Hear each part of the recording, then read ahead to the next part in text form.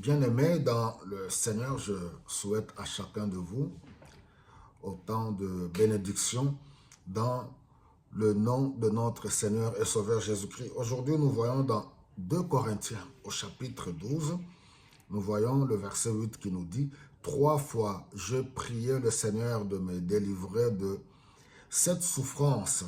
Il m'a répondu, ma grâce te suffit, ma puissance se manifeste précisément quand tu es faible. » Et voilà, c'est l'apôtre Paul qui est l'auteur de cet écrit. Nous voyons que l'apôtre Paul n'est pas n'importe qui dans les Saintes Écritures. C'est quelqu'un qui a écrit presque la moitié du Nouveau Testament. Quand nous prenons à partir de Romains jusqu'à Tite, Dieu lui a accordé cette grâce. Paul qui est un don pour le corps du Christ.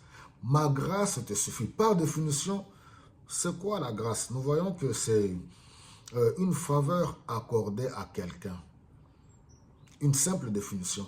C'est les bienfaits non mérités que nous recevons. Déjà, toujours parlant de l'apôtre Paul, quand nous voyons dans Éphésiens au chapitre 2, parlant du salut que nous avons en Jésus-Christ. Paul nous dit, si nous sommes sauvés, ce n'est pas par nous-mêmes. Si nous sommes sauvés, c'est par la grâce de Dieu, par la foi en Jésus-Christ. Cela ne vient pas de nous, ce n'est pas à cause de nos œuvres, afin que personne ne se glorifie.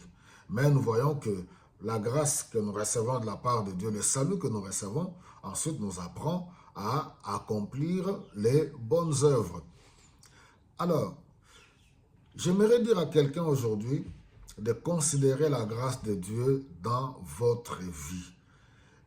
C'est deux fois, oui, nous-mêmes comme nous sommes là, nous prêchons, nous disons à Dieu, oui, demandez, il vous sera donné. La demande fait partie des principes du royaume de Dieu. Celui qui demande, Dieu donne effectivement. Mais deux fois, il y a certaines prières où nous devons tout simplement considérer et comprendre la grâce de Dieu dans notre vie. Regardez à travers le monde. Deux fois, nos demandes deviennent comme des caprices. Regardez ce que les autres vivent à travers le monde, dans le monde aujourd'hui.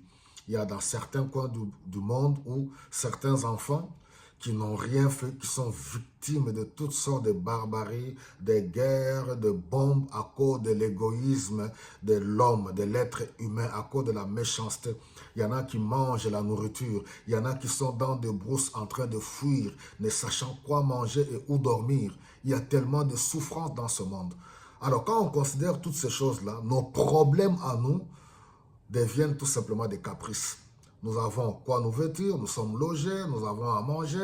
Et des fois, je dis même à nos enfants ici en Occident, arrêtez avec les caprices, profitez de toutes les grâces que vous avez dans des pays occidentaux. Vous avez la possibilité d'étudier, vous avez beaucoup d'avantages, étudier, ayez des diplômes, ayez des qualifications, des compétences et avancer, réussir dans votre vie. Voilà Paul, qui est un don de Dieu, que Dieu a utilisé puissamment, mais qui avait une souffrance dans la chair. Il était malade dans son corps.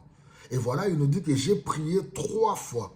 Le Seigneur me dit, ma grâce te suffit. Alors, Dieu agit dans la faiblesse pour manifester sa puissance.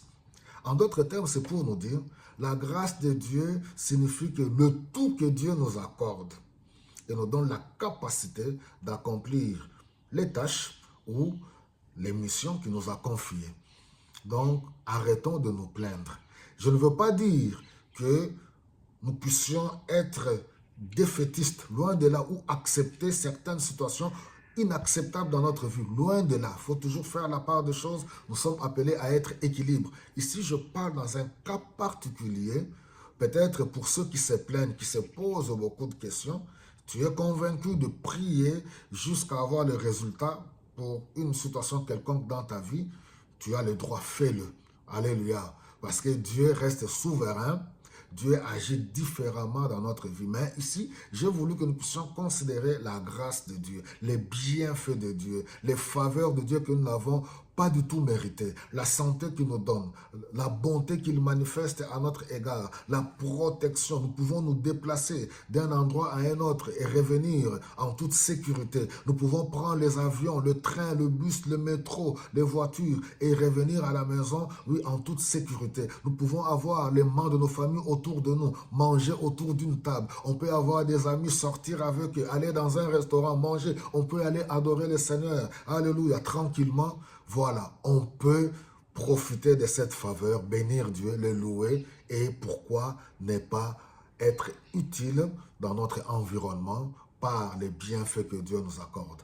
Ma grâce te suffit, que le Seigneur vous bénisse abondamment.